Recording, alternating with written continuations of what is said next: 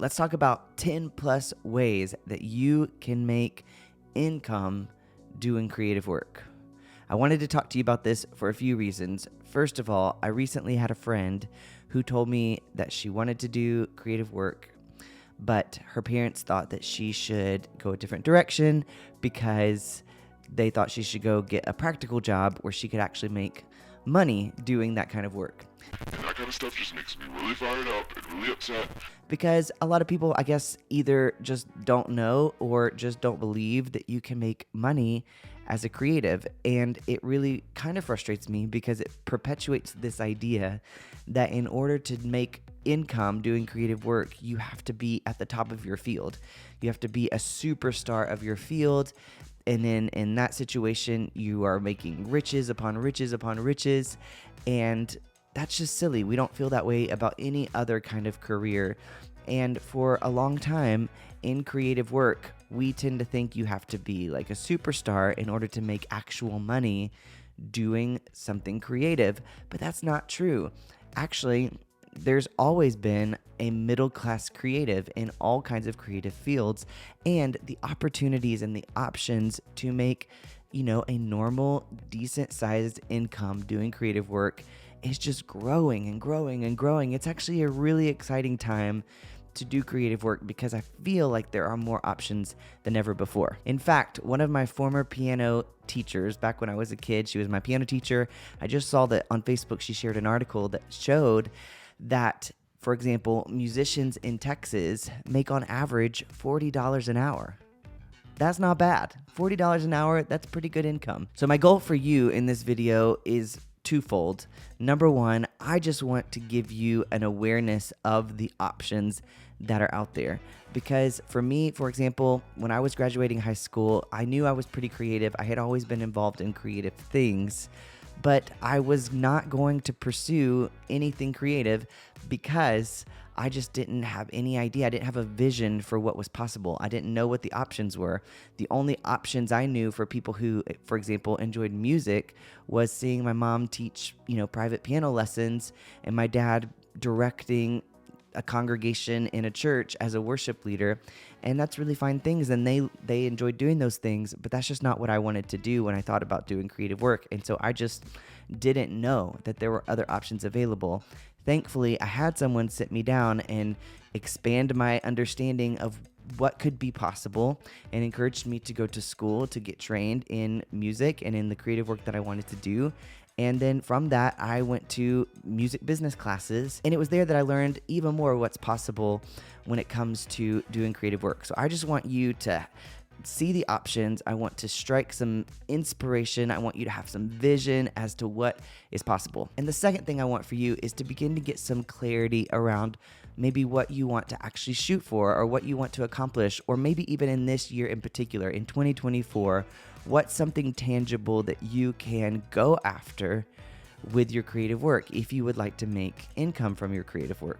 Because I think a lot of times as creatives, one of the things that contributes to people's negative thoughts about creative work and its potentials in making income is that we tend to have very vague ideas of what we're trying to accomplish.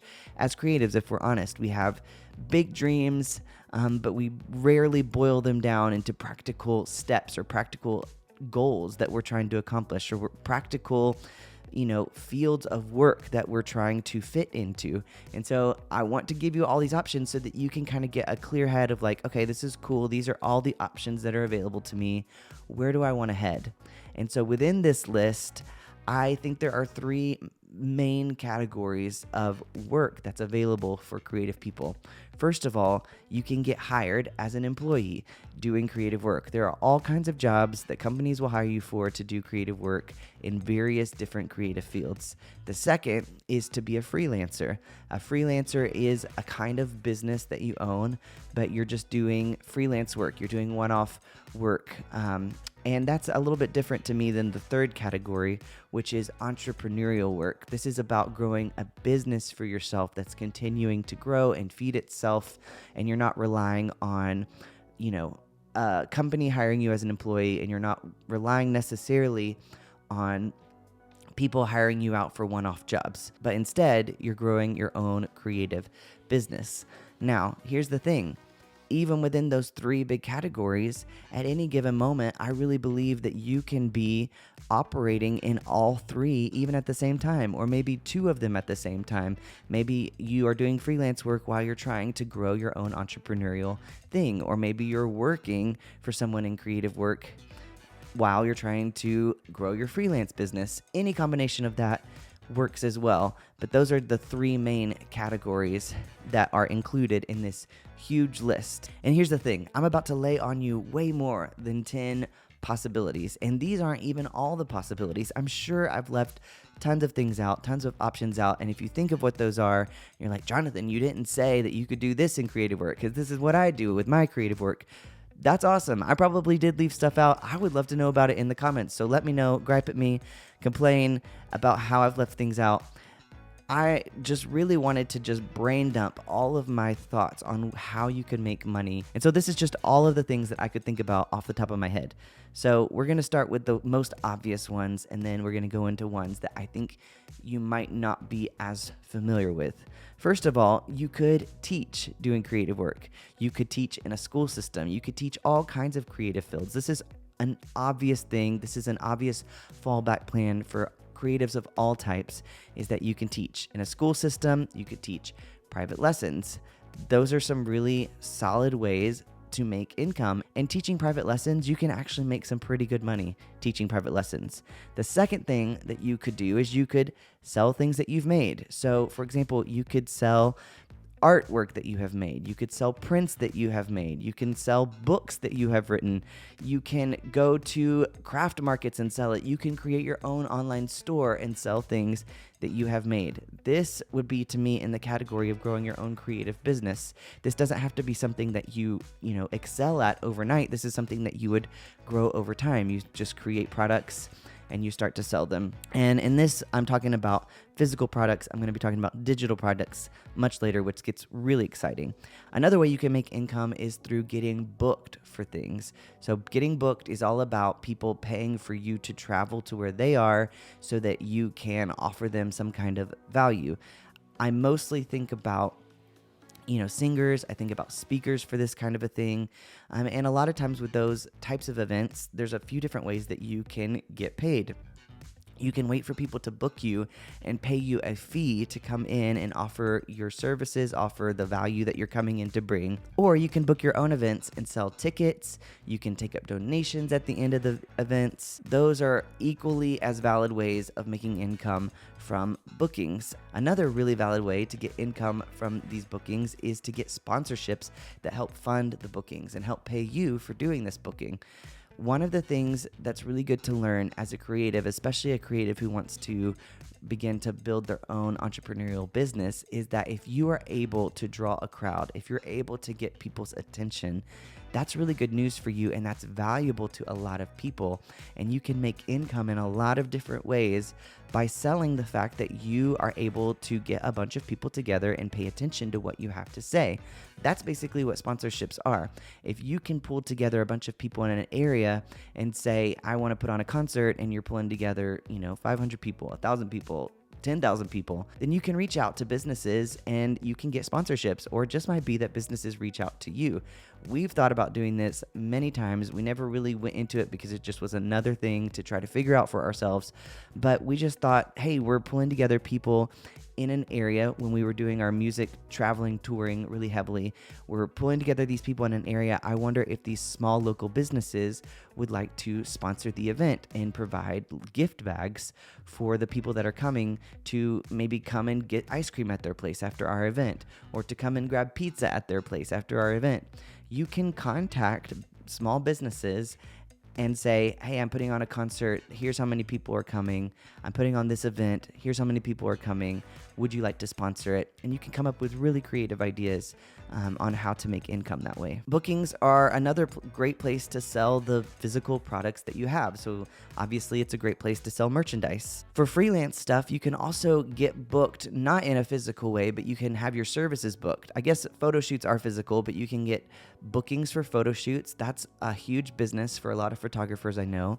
You can also do copywriting work, which just means that someone is paying you to help them write all of the stuff that they need for like their website, or maybe for specific advertising, or maybe somebody wants to create ads of some sort. They want to create YouTube videos of some sort, but they don't have the time to really write down the messaging for that.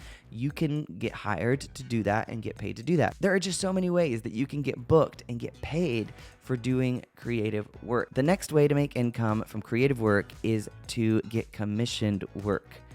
Commissioned work is very exciting. It tends to pay really well. For example, Emily and I get commissioned to write songs for various companies who need songs. They come to songwriters like us and they say, hey, we have these specific projects that we're trying to put out into the world, and we need somebody to write the songs for them and get them produced and get them made for us. And so they hire us to do that. That's commissioned work. There's just a lot of ways that companies could commission you to do ongoing work for them. Another way to get paid doing creative work is to build up a community of people who will support you in your creative work. These are people who love and value the things that you make and are willing to support you as you're continuing to create stuff. This has been growing a lot, especially over the last 10 years because of the internet. There are a lot of options out there for how to get community support for the creative work that you do. So there's groups like Kickstarter that can help fund the making of creative projects. There's people like Patreon who are an ongoing community support system for artists. So basically you say, I'm an artist, I'm creating stuff, come join my Patreon, pay $5 a month, and I'll continue to make stuff for you. Speaking of the internet, creating content has become a super interesting and a really exciting way of making income, and it's something that's only growing. The possibilities are growing and growing and growing and growing, because it's a lot like getting bookings. If you think about, people will pay you to come offer your value to a localized gathering of people. In the same way, you can get paid for being able to pull together attention online. The more you can offer value online, the more that people start to pay attention to you, and that attention translates into a lot of different ways that you can begin to make income. There are so many ways to make income by creating content that I'm not even going to try to mention all of the different ways, but I'll go ahead and mention the top 4 ways to make content that have the possibility of making income. So YouTube, podcasting, email newsletters, and creating a blog. I think those are the 4 top ways of making income through content creation. There are a few different ways for you to make income from content creation. The first one I can think of is AdSense, and AdSense is basically just allowing people to place ads on the content that you're creating. So for example, here on YouTube, if you can get a lot of views, YouTube will put ads on your videos and you get a cut of that income, because companies are paying to put the ads on your content. They're saying, hey, I know that you can get people to watch what you're doing, and so we want them to watch our ad, and so we're going to put an ad on your video, and we're going to pay you and YouTube to be able to do that. I know a lot of blogs also do this. They put ads on their blogs because they know people will come and visit their pages, and so people visit the page, they encounter an ad, the person who runs that blog then gets paid for that ad. Another way you can make income from creating content like this is through a thing called affiliate marketing. Affiliate marketing is really exciting because all it really is it's you sharing things that you love and things that you use in your creative craft, and then having a specific link that is given to you that allows you to make commissions on the sales of those items. So for example, if you're a photographer and you have a camera that you love and you say, I love this camera, and you're just telling people, this is a great camera, or this is a great lens, or here's the equipment that I use. You tell people about that, and then they're like, well, I want that camera, I want to go check it out, and they click on your link, and then they go and purchase that item. You get a cut of those sales because in essence, you have helped sell that camera. And so you're rewarded financially for helping sell that camera to your community. That's what affiliate links are, and you can do this with pretty much anything. All of the products that you use, all of the physical stuff that you use to do your creative work, all of the programs, you can make affiliate sales on all kinds of things, and it's a legitimate way to make income. It's an exciting way to make income, and it might just be something that you might not be as familiar with. Sponsorships are also a really exciting way to make income as someone who creates content. And when we think of sponsorships, we oftentimes, I think, assume that we have to have these massive audiences in order for sponsors to want to sponsor you, to pay you to be able to make content and help them get in front of your audience.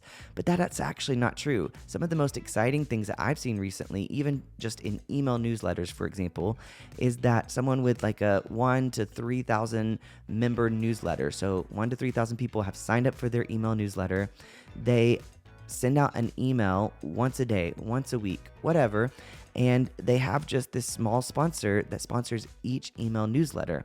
And what's really cool and what gets really fun is the way that they do this is at the end of each newsletter, at the very bottom, you see a sales page. And that sales page says, hey, would you like to get your product, your service, your song, the thing that you're making in front of my audience, in front of my audience of 1,000 to 3,000 people? If so, go sign up and sign up for a slot. For each email newsletter, I just charge $150 for you to advertise. And it's just a short little blurb saying, you sponsored this email, here's your business, go check it out. You can put that in front of my audience of 1,000 to 3,000 people, and I make $150. Where that gets really fun is I've seen email newsletters that send out a newsletter every day, and they have a sponsor every day. And these aren't like big sponsors like Coca-Cola or the NFL or big things like that. This is just small businesses. These are artists that are trying to get their start. These are small entrepreneurs trying to get their start and trying to get in front of a smaller audience and can afford to spend $150 to get in front of 3,000 more people.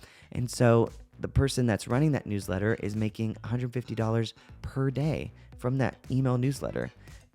That's not too bad. The final way that I can think about making income from creating content is by ending up creating a membership site or starting with a membership site. I know for blogs, there's a thing called Substack where from the very beginning, you can basically get members, people to subscribe to the content you're creating. And that's a totally valid and a completely normal way of making income these days. As you begin to form community around the content that you're creating, you can begin to put together all kinds of different membership communities where people pay a little bit to be a part of this community. People pay to be a part of this photography community, this musical community, whatever. This doesn't have to be a you teaching them thing. This can just be a way to connect with more people who do the creative work that you do. That's valuable to people, and if you're the person that's facilitating all of that, that's a legitimate way to make income doing your creative work and connecting with other people who also love doing the same creative work. We talked about physical products through merch, through the things that you create that are physical, but the internet has really opened up a lot of potential to not only make physical products, but also to make digital products. These can be online courses, so that's for people who want to teach. If you want to teach, but you're like, hey, I don't know if I want to go get hired at a school, I'm not sure if I want to do private lessons, another big option for you in teaching your creative craft is to create an online course. You can create all kinds of other digital products like ebooks or chord charts for musicians or prints of your work. I see a lot of photographers sell these things called photography LUTs, which is basically just if people like their editing style, they can boil that editing style down into a downloadable file that someone else can use and kind of recreate their editing style. The options are kind of endless on what you could put together creatively to sell online in a digital way. I also wasn't really sure where to put this next thing because I think it's a kind of product that you sell. But even with music, for example, there are so many options. You can put your music online into all kinds of streaming services. For example, for these videos, I use services like Epidemic Sound, Artlist.io, and what happens is a bunch of people who write music upload their songs to those services. I pay a subscription fee, and if I use one of the artist's songs, they get a cut of the money that I'm paying for my subscription. That's a way to make income from creating stuff. Another way is to sell your songs to things like TV and film. This is called sync licensing. It's another major way to make income, and oftentimes really good income, from creating things like music. So I'm not saying these things are easy. There's a learning curve. It's a really competitive market, but I know a lot of people who are making pretty good livings doing these types of things and selling the things that they are creating in these ways. If all of this freelance talk, all of this entrepreneurial, growing your own business talk doesn't interest you and it scares you and it feels just too risky for you, there are other ways to make income that might be a little better suited for who you are. You can get hired. We already talked about getting hired as a teacher, but you can get hired as an in-house creative for lots of businesses because businesses need creative people, especially more and more and more and more. I mean, this has always been true, but they need photographers, they need videographers, they need designers, they need people who are good with social media and who can use these creative skills to help them grow their own business. And so there are all kinds of jobs out there for creative people, even for musicians and actors and people who do things like that. There are all kinds of jobs. You can work for cruise ships, you can work for Disney World, you can work for restaurants, you can do all kinds of things where you get hired to do your creative work. You can also be hired as a creative consultant for lots of businesses. Maybe a business really needs someone to come help them get a bunch of camera equipment set up so that they can start a YouTube channel for their business, and you just happen to be great at videography. You've done some things on YouTube. They might hire you to come in and consult for them and help them get that off the ground. Designers are hired a lot to help build a brand, to help create some branding, some visuals, some design elements that can help really tell the story of a company. This is also true for writers. You can get hired as a consultant to help develop a brand voice and help unify the messaging that comes from a particular company. The last thing that I'm going to mention today, and again, I know I'm forgetting all kinds of ways to make income as a creative person, but is royalties. And royalties are the true way of making passive income while you sleep. In Nashville, we think of royalties as mailbox money. Royalties are a really nice ongoing paycheck for something that you have created that people are using. I would say that royalties are kind of a nice icing on the cake of an income that you're already building through doing creative work. I don't recommend that many people try to live their life based on how much they can make in royalties because that's really hard to do.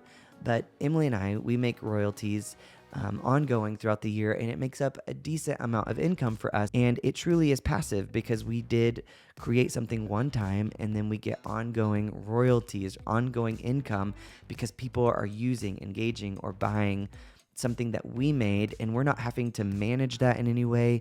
We just get ongoing income from having created that thing. And so that's a really nice way of making income as a creative, and not many other professions are going to be able to just, have income coming in because of work they did 10 years ago.